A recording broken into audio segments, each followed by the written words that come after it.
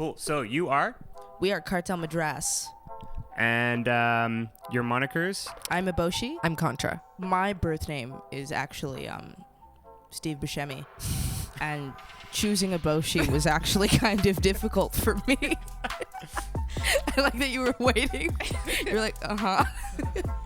Good answer. Eboshi's the main antagonist in Princess Mononoke, the Studio Ghibli film. And she's lit. She's really cool. Yeah. She's a bad chick, but she's also lit. She cares about her community. Yeah. Sweet.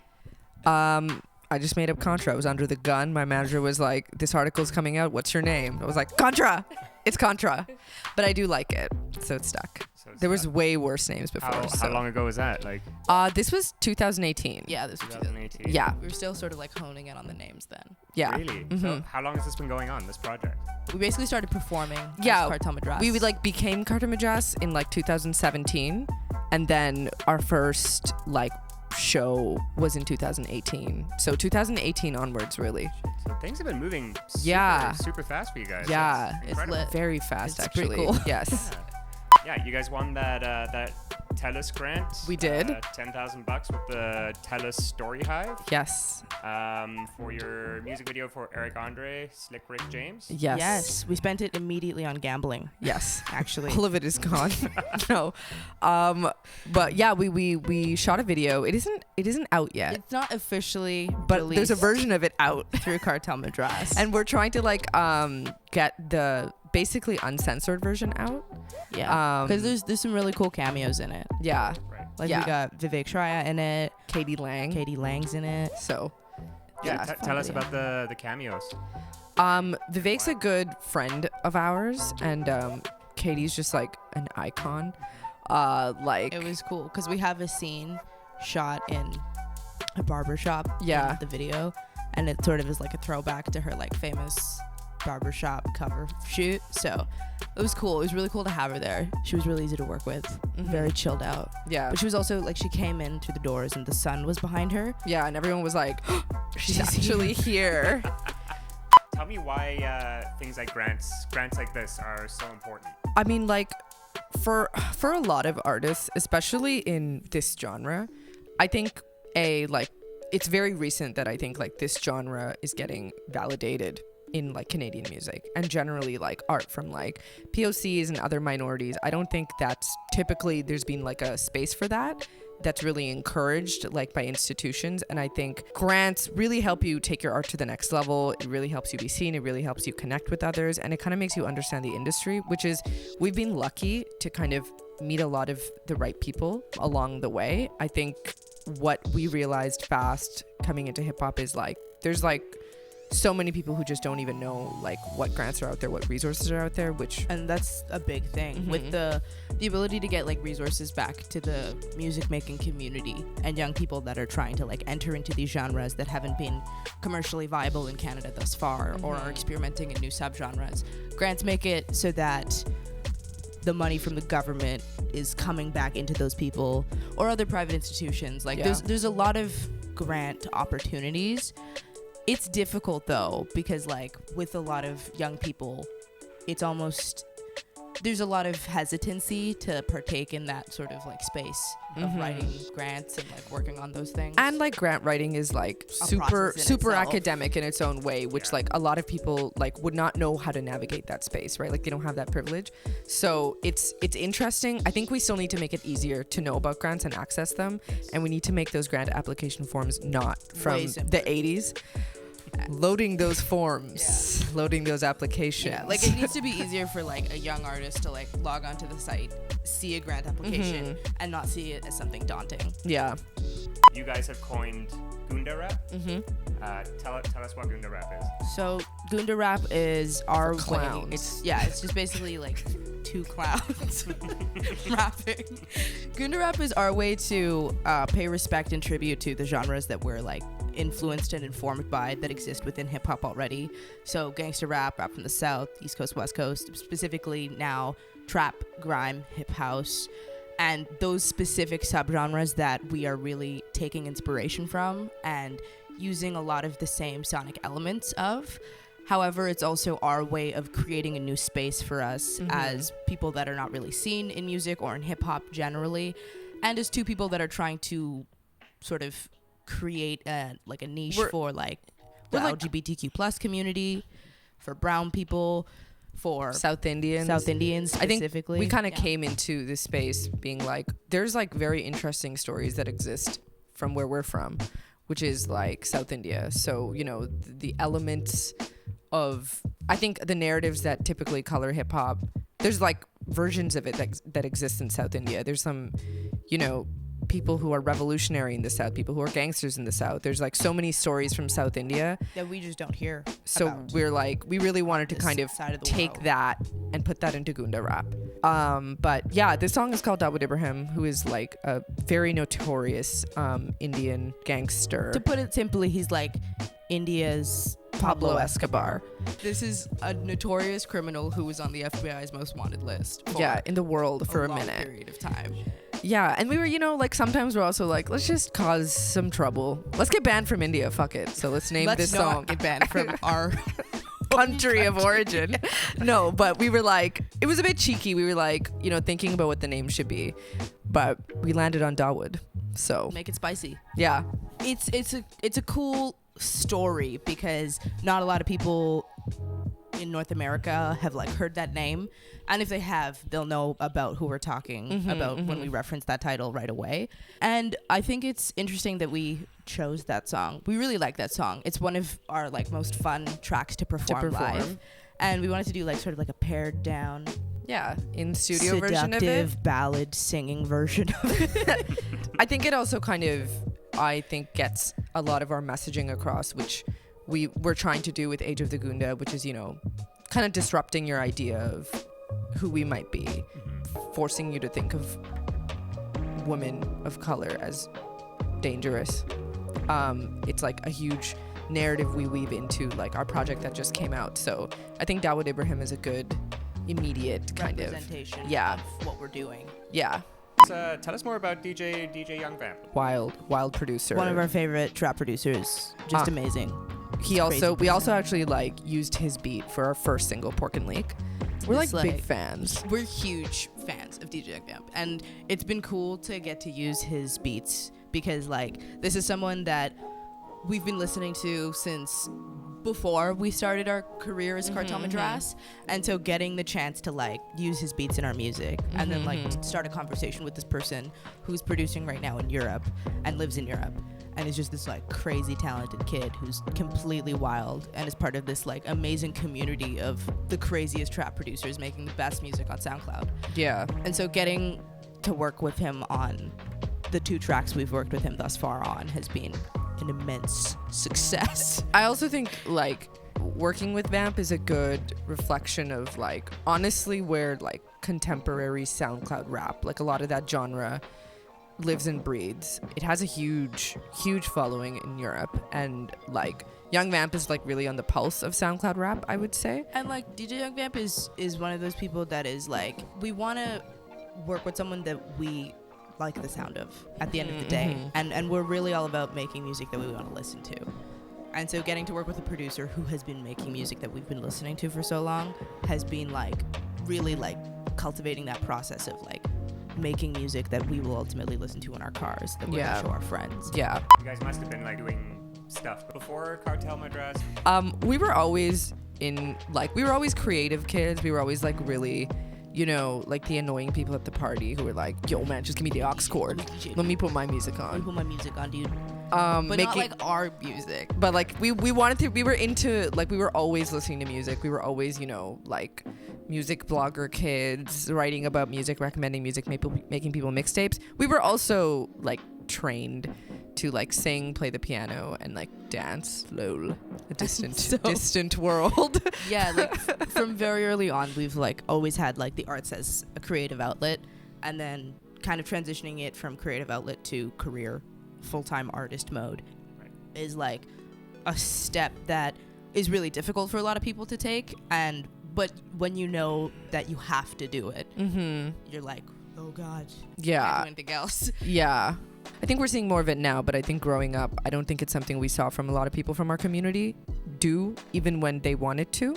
Even when they were absolutely fabulous at it. Yeah.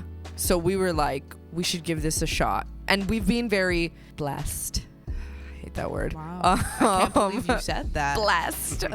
I was waiting to hear. I was like, what can I say? You're like, blessed. We've been, the space has been good to us. I think our music has had good reception. I think a lot of the right people also saw us at the right times. And you know, we like really fucking hustled. But we've been like in a really good place where we made that jump and we got what we were looking for. It was sort of like the work, the reach we put in before we got a lot of like major attention, before we were signed. The reach that we got was in direct correlation to how hard we worked as performers. Yeah, as performers. And that's sort of been like the root of Cartel Madras. We love performing. That's our favorite thing to do. We're performing artists first, recording artists second. Yeah. And that's also how you have to share your music to become a performing artist. But we toured like before we had like official releases, and then we got signed with 12 minutes of music. Yeah. Because we were lucky enough to have the label that ultimately signed us, Sub Pop, come watch a live show of ours. And so that is really like where we want to continue taking this, like showcasing our performance abilities, getting people to our shows, because that's the most fun. Yeah. There was like a couple like turning points for us. I would say like our first show as Cartel Madras was a really good indication for us that like this is something we are bound to do. We were like, we have to do this. This is the culmination of our very best skills and the most enjoyment we can have doing those things. I don't think we knew how fast we'd be able to do it properly when we did that first show, but there was like a couple huge turning points. We throw these like underground, we moved with a collective called Top Police, and we threw this underground party in Calgary called Sense Fucks, and we actually just threw one in Toronto last month. Yeah, it was dope. But we threw that in Calgary, and it like the reach was wild. Incredible. It popped off in a way that really showed that there was this need for that underground, grimy party that was hip hop centric. And it was great because what we do with Sans Fox, we've had 6 now, 5 now. 5, 6 now, 5. We've had 5 now, and every time we've done it, it's sold out. And we always showcase like local artists that are in the hip hop scene that we also like to listen to. So we're like putting other people on that are making music that we enjoy. It's not just like open call for anything. It's like very curated based on the sound. It was cool though, because I think it was like what we imagined this party would be, because we were looking for spaces that we wanted to perform in, which wasn't that available to us in Calgary. So we're like, we're just gonna have to make up like a underground party now, in a house, right? And then like it worked, and we're like, oh, this is, I think this is gonna work. And I think everything about that night was just perfect. Yeah, the first Sans Fox night was like, it was a great, because every show we'd been a part of before was a venue or a festival, and we're performing as a part of a bill or headlining as a part of a bill. And then like throwing Sans Fox, it's like we created this show from scratch. And it was great to just see the impact that can have in the music community. There seems to be a lot happening in Calgary right now. Can you tell us about the music scene over there? The music scene in Calgary right now, I'd say is growing rapidly. I mean, one of the things about Calgary is like our main industry in Alberta is tanking, right? Like it's like not really working out. So you do see people look elsewhere. And I think like, I mean, on one hand, I think it's like when a city is flourishing, you'll see a lot of great art. But I also think when a city is very confused and lost, you'll see a lot of great art, right? So Calgary's in this like flux mode where there's definitely a lot of new artists building off of the foundation from the artists before our generation that were trying to like make a space in a scene, but we're very quickly getting like shut down or not having a place to take root in because Alberta's country land. Like there's a lot of country, there's a lot of indie rock, and there's a lot of like attention towards what is music we're not making and artists like us aren't involved in. And obviously, like, as show goers, we tend to spend the dollar on going to hip hop shows and going to see the people that we love and enjoy, and that money exclusively goes to them when you're participating in that genre, when a lot of it can come back into the community that's making that music within that city and that province. And so what's happening now is that cultivation of like people like paying to see local acts, coming to see local acts and supporting them is definitely growing. There's definitely like more people pursuing hip hop production, rapping, being involved in that space somehow, streetwear, art. It's popping off in a different way than it was before. Yeah, people want a scene. Like, they want their city to become. I think what's happening in Toronto is incredible, and I think a lot of the cities in the West, you know, Calgary, Edmonton, Vancouver, are kind of like vying for that next spot a bit. And it's interesting now that we've kind of spent some time in all those cities, performed in those cities, worked with a lot of artists in those cities. It's like, yeah, like really all of them have a different scene, a different flavor. Any of them could be kind of the next up. How are you liking Toronto so far? It's lit. I love Toronto. There's like food all the time. That's my only concern. Like, Calgary's great, but like after a certain hour, it's just McDonald's. Yeah. And come on. Or like the greatest pizza place of all, Señores. It's closed on Mondays, so you're out of options. Don't go there. You're out of luck. Calgary's like time on Monday. Calgary's like late night food scene is trash. It's really sad. Sorry It's really to the sad. city like, that I love, but like I love Calgary. Always gonna ride for Calgary, unless it's after 2, and then I can't ride anywhere to eat. yeah. So Toronto's dope. Like, I love this city. I love that there's a lot of different people in the city who are bringing their culture, like that. It's really like coloring how the city looks and the food and the people and the music and everything, which is dope. So I feel like comfortable here. Seeing that like visible diversity is like, it's hard to explain how actually important that is and how much that translates into you feeling comfortable in a place. Yeah.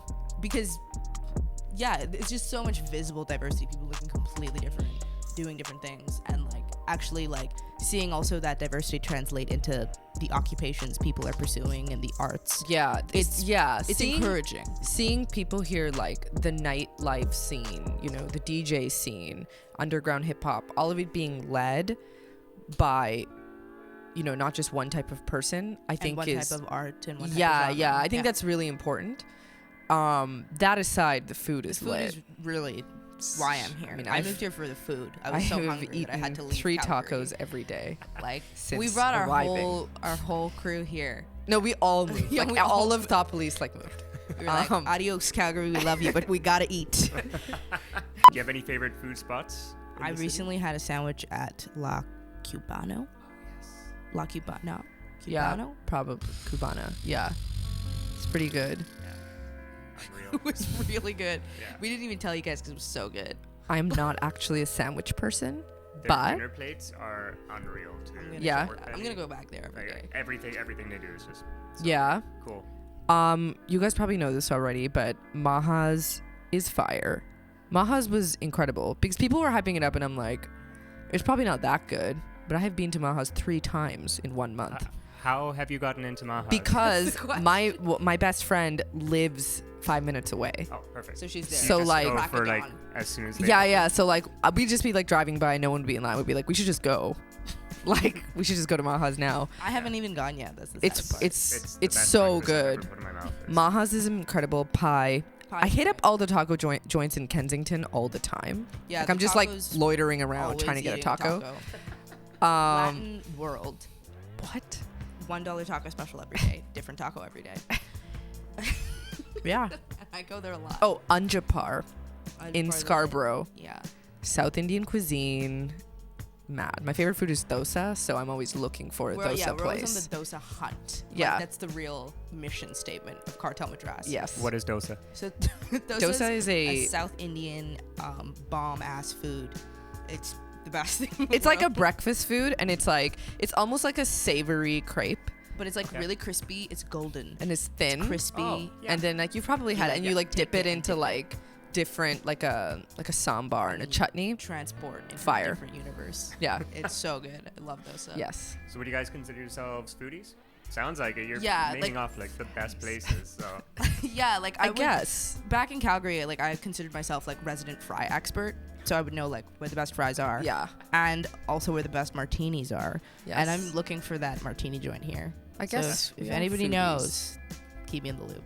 go to drink. Best drink. In the world, paper plane. Martini, dirty with an olive. Sweet. Martini, dirty, only olive juice. That's how I like it. Exclusively olive juice. You've had a chance to check out a bunch of venues. Do you have like a go-to spot or a favorite spot? Honestly, I really like the shop. That's The where shop we is kept dope. our event, and like yeah, that sounds awesome. we've been going there to see In It. with like JMK and Frieza Chin. Incredible party. Will go down in history. In It is amazing. So Yeah, we they're went to really the cool, shop. yeah. Yeah. That place is dope. What else did I really? Bambi's. Bambi's is lit. It's like Fire. such a nice like spot. I like the basement vibe. I like how full it gets in there. How stinky it can get. Bambi's is cool. It's like it's the vibe. Even when there's like not a huge rave going on there, it's still like you're like It's right. vibrant. This would be cool. Yeah. Yeah. Where did we play? It was actually kind of Oh, dope. we played at Garrison. We when played we at Garrison. opened for Clipping. That was a great venue. Like when it's packed out, fucked with it that. looks Yeah, amazing. yeah. The stage is great. Yeah. Have you had a chance to work with any local? So we're actually stepping into Frieza Chin's studio tomorrow. We actually start work on our next EP like tomorrow. Yeah, Wicked? it's gonna be Um, great. so that's been dope. That's going to be dope. There's like a few artists here that like we really fuck with. Like I'm seeing them and I'm like, whoa, they're dope. What they're doing is really cool. So like I really like what Just John and Dom Diaz yeah, is those doing. two are really working on it. Huge vibe. Love that. There's this girl here. She played at Sandsfox. Suka. She's great. She's wild. Yeah, she's got like Love her. Full intense endorsement to energy. her. I'm seeing Havaya do like really awesome stuff here. She's incredible. I want to know what the last song is that you listen to on your phones, respectively. I have been listening to All My Heroes Are Cornballs by JPEG Mafia. I'm looking through my SoundCloud. I've got Tyrese White, Geotheory, Jetson with a little symbol in front of it. Icy Twat. Wow, good. What's your guilty pleasure, music-wise? I have no guilty pleasures. If I like it, I like it.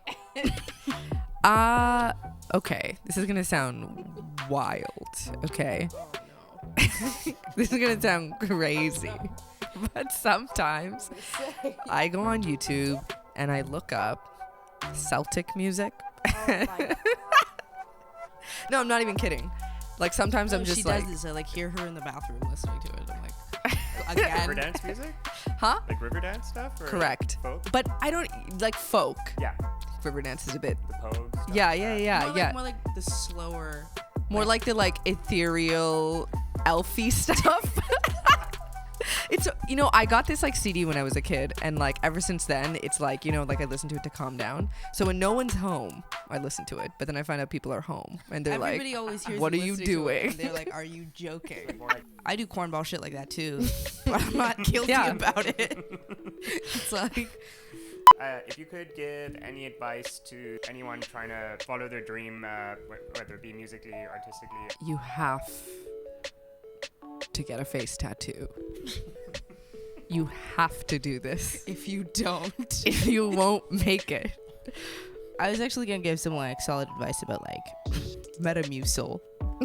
Thank you so and much. getting fiber in your body, because it's really important. I've made the mistake of touring without having enough fiber. I think the most important thing, I mean, there's no one most important thing, but I think if you're going to do this, you have to have a pretty good sense of who you are, and you have to know why you want to do this, because it's really not an easy industry. It's like it can take a long time to get what you want. I think your goalposts always shift up every time you achieve anything, and you're constantly comparing yourself to others, and then, you know, it gets really confusing because you really do have to be in the public eye all the time to get exposure and to get streams and to have people listen to your music, which can be very difficult if that's not who you are. Yeah, like if Right? if you're like someone who isn't generally extroverted or outgoing, I can't relate. No, I'm kidding. Can't relate. No. I mean, like, you do have to like really check in with yourself a lot, and that's one of the most difficult things to learn, because oftentimes you're trying to ignore yourself so that you can move forward. And you're like, bye, bitch, but it's like, no, listen to her, because in the middle of the night, she's gonna come back and get you. Yeah. And also, yeah, like knowing why you're doing music and art is so fundamental in why you're doing it in the first place. And having this sense of purpose and this sense of self is gonna like really help you out. If you're struggling with your identity, or you're struggling with like your sense of self, or those things are a bit more fragile because something is happening in your personal life or with your health otherwise, those are things you really gotta like peer into and deconstruct, and then like reconstruct if this is something you want to move forward in, because like it's tough and people are very critical. And you have to like, I don't know, I just because like we get to talk to a lot of artists and we're seeing, you know, the way of this industry, it's like, why do you make your music or your art? Is it for others? Is it for yourself? And I think that should also determine your goalposts, right? Because I think you meet a lot of people who are unhappy with people's reception of them or their art, but they're staunchly and stubbornly like really only making it for themselves. So it's like, what do you mean, right? Like there has to be some sort of communication you're having. Like filtering who you're listening to and why, because like like criticism and feedback is really important in developing yourself as an artist, but then there's also like bad faith criticism, trolling, and like knowing where to draw that line, and then knowing where you personally draw that line and what you find helpful is really important. I think the most important piece of advice I have for any artist is wear 2 watches. Is that Toronto time and Calgary time? Yeah, you know it. Do you think that with you two being sisters and just having, I guess, that support for each other, does it make it easier to navigate the music industry? Definitely. I think the thing is like, then there's no like bullshit. You know what I mean? There's no like, it's like we're constantly having a conversation about what we need to do, how people are seeing us. Yeah. What, you know, I think we're constantly being very honest with each other. Yeah. No sugarcoating. Yeah. It's hard to do that with like people you're working with in a professional sense, but like being sisters and like making music together, it's very fun. It's very rewarding, but it's also really easy for us to like cut to the chase sometimes. Yeah. You know, even if we're like making something and we're like, oh, like that doesn't read right, that doesn't sound right, or like maybe that's like, let's not do that right now and let's like replace it with this beat or this line or whatever. I think it's an easier conversation to have with your sister, and it like makes the product much more focused, succinct, and clean. It's like we know what the brand is. Like I'm not like trying to convince you of my brand. We never have to like, you know, sell each other on the project or the product. It's like never like, we gotta do this because of that. Yeah. Sometimes we do, and then it's hilarious. But the tough sell. Yeah. Do you ever find that you guys get sick of each other like on tour or anything like that, where you just like need to step away? Constantly. Yeah. Like all the time. I think it's good because we're working together, but we've also kind of always done that. And now it's like, okay, like I think we have begun to understand, like, okay, there's like who you are when you're on tour, who you are when you're recording, who you are when you're just chilling, which are all different people. And like now it's like, it's interesting to like be like, oh, this is like a business now, right? Yeah. But it's typically, I think it's like, it's fine. We have a lot of friends that are the same. Yeah, like there's a lot of like shared clothes and jewelry. And I think we've also gotten better at like just being like, oh, like you want to do that, cool, do it. That. Yeah, I'm it's like we don't always have to like do the same thing at the same time. And that works out. And there's also like a sense of like safety in like being sisters, because there's like like we're looking out for each other too. As an immigrant myself, I find my family's expectations for like what I should be doing with my life is very different from what I want to do. How's the support been from your parents and your family? It has been now good. Right? Like it's good now. I wouldn't be like it was From perfect the start, and good. It was amazing. They were always No. supportful. And to be honest, it's like they really came around when we began as Cartel Madras. Like, Cartel Madras was like years and years into how long we've actually been creatives, right? Like how long we've been writing music and being a part of the music community. Like, we've always been like, oh, I want to be like a filmmaker. I want to be, you know, like a writer. I think those have always been dreams we've had since we were kids. And those have been dreams we haven't been told to actually pursue since we were kids, right? So when Cartel Madras came around, that's like years into us already speaking that way, right? So there's been a lot of like us like trying to hold our space and ground with our family, which has been very difficult conversations. But, you know, by the time we got into 2018 and we're like performing and recording, our parents have been supportive. And A, it's because I think we were very like serious about it, and B, they saw it work, right? Because like no matter what, I wouldn't be like my parents. Like, our parents wouldn't be like, yeah, okay, just try it. It'll be fine. Like, they're very strict people in their own way. Of different, like, life paths for people that have, like, built their life as immigrants, having to, like, really work against some odds and, like, prove their worth in a different country. And so, like, the fears that they have surrounding like sustainability, is this something that's gonna like keep you afloat? Can you survive? Are you gonna be okay after all of this? It's all coming from a place of like, I want you to be okay, and I want you to be like safe and happy, and those are all really valid concerns. Sometimes that translates into like, are you making enough money, and questions that aren't as relevant to us as they have been to them throughout their entire lives, because we've been fortunate enough to like be able to become musicians at some point.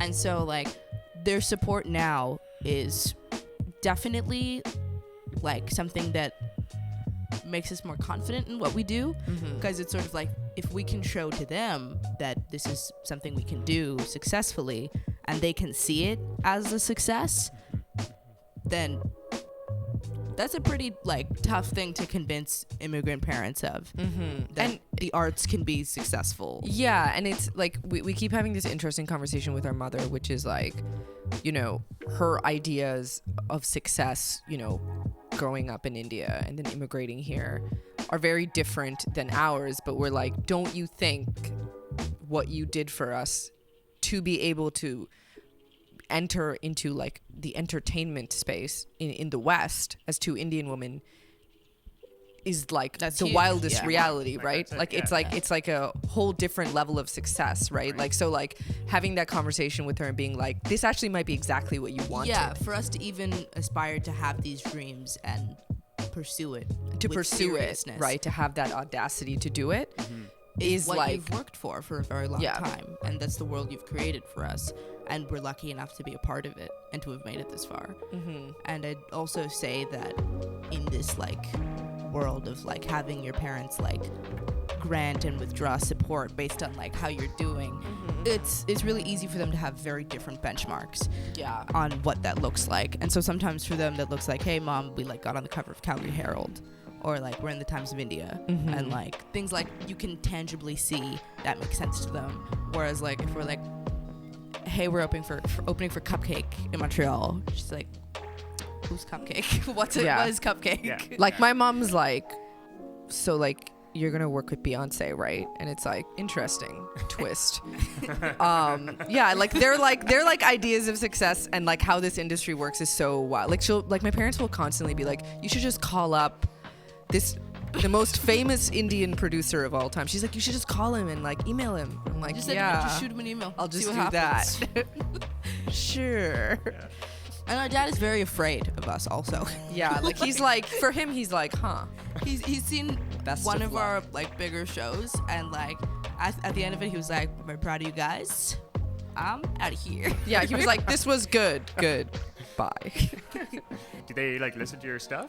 Our mom does, and then she asks us for like censored versions she can give to like aunties and people in the community. Yeah, like I don't know if Dada, like I think they listen to our stuff secretly, but they don't even tell us that they do, because they're like, this is too crazy. Yeah, like I'm pretty sure our dad has seen Goonda Gold and was like, well, checking out. Cool. Do